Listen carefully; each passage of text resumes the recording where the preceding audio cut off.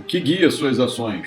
No vídeo anterior falamos sobre como pensamos e o que guia as suas ações segundo a visão utilitarista de Jeremy Bentham e John Stuart Mill. Se você não o assistiu, recomendo que o faça. O link está na descrição deste vídeo.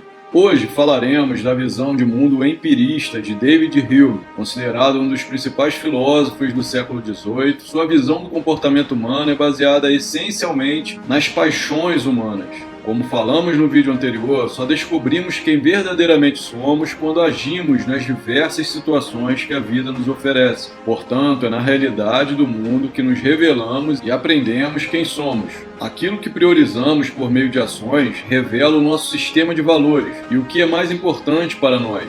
Família, trabalho, dinheiro, espiritualidade, amigos, enfim, um conjunto de bens que na vida real precisamos ordenar e mostra o que verdadeiramente nos é caro. Como podemos prever o comportamento humano dependerá da visão de mundo desse sujeito. Iniciamos pela utilitarista e agora passaremos para a empirista. Mas antes, não esqueça de deixar aquele like para que esse conteúdo chegue em mais pessoas, combinado?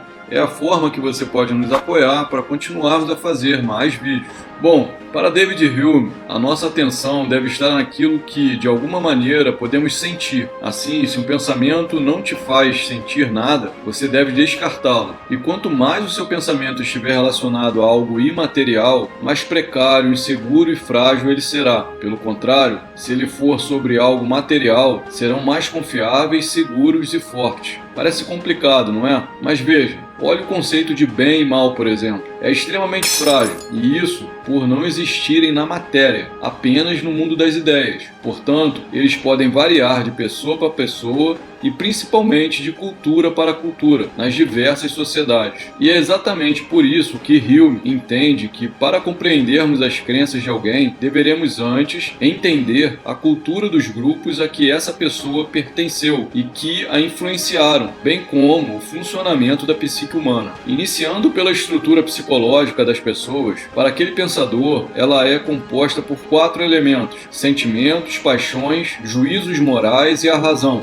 As paixões teriam uma posição de destaque dentro desses elementos, pois elas são forças que motivam o ser humano a agir. Como dissemos, para ele a origem das nossas práticas morais vem da família, escola, grupos religiosos, trabalho, enfim, lugares que convivemos e que herdamos pela cultura neles existente a régua moral pela qual julgaremos como iremos agir e nos posicionar frente às diversas situações da vida. O ambiente, assim, nos influencia de tal forma que construirá um sistema de referências que provocará naturalmente o surgimento das paixões. Essas paixões não seriam nem boas e nem ruins, apenas forças que poderão ser direcionadas conforme os juízos morais realizados. Já os sentimentos, diferentes das paixões, são também capazes de nos motivar a agir, mas são impressões calmas e com grande influência da razão. Eles nos mostram o que é conveniente e inconveniente, belo e feio, ético e não ético, enfim,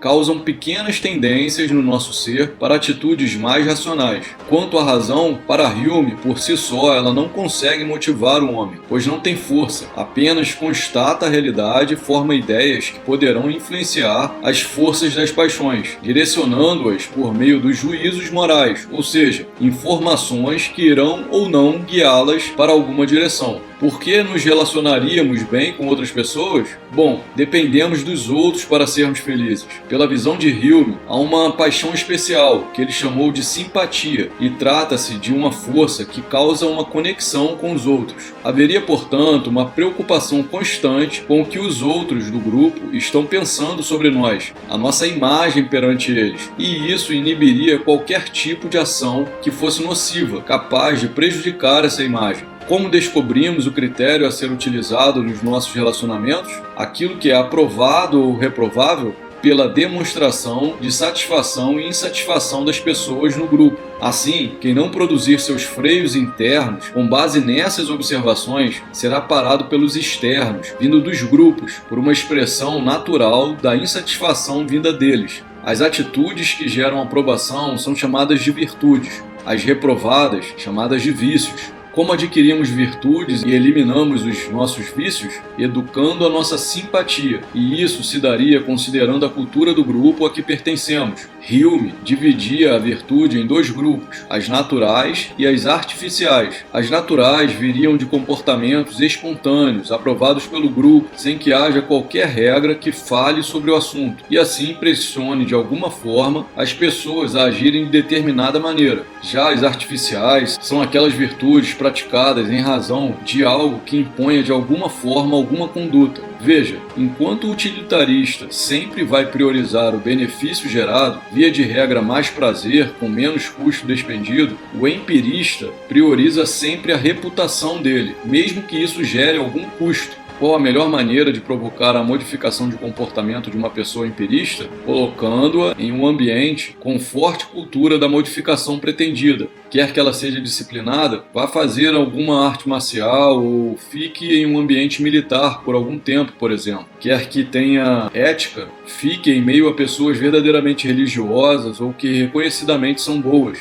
Quer que seja criativa, fica em meio de artistas, escritores, cientistas, enfim. Ela se modificará inicialmente para não se desgarrar da cultura daquele grupo e ter, portanto, sua imagem arranhada. Isso seria um grande sofrimento para ela, mas com o tempo vai procurar adquirir virtudes artificiais para se destacar no grupo de alguma forma, pois isso é o que guia a sua conduta.